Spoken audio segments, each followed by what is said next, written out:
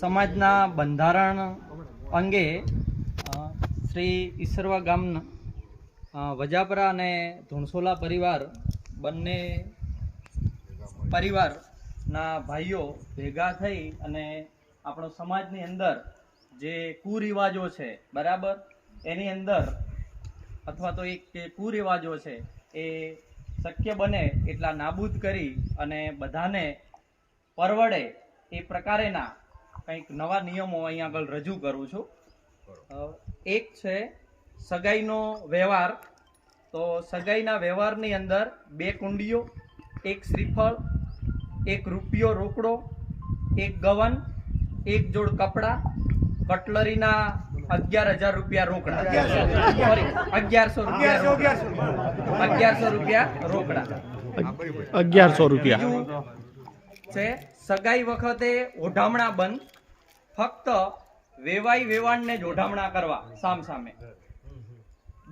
બીજું હાયડો, એમાં 1 કિલો ખજૂર, 1 કિલો હાયડો, સાદો રિવાજ જે આપણે જૂના રિવાજ પ્રમાણે કરતા હતા એ જ પ્રમાણે.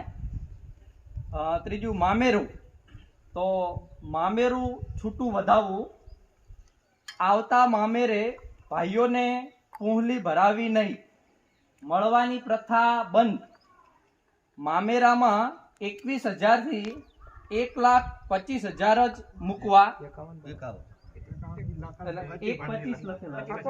હતું ઓઢામણું લેવું નહીં. ભાઈ તથા ભત્રીજાને આપવું, બેડું લાવવાનું રહેશે. ચોથું, લગ્ન સવારે મોકલવું, લગ્નિયા 5 મૂકવા, લગ્ન દિવસે વધાવવું. 5મું, જન્મ દિવસ ઉજવવા નહીં. એ પેટે જેને જન્મ દિવસની ઉજવણી કરવી હોય તો 500 રૂપિયા માતાજીના મંદિરે જન્મ દિવસ પેટે આપવા. ત્યારબાદ ડીજે પ્રથા બંધ.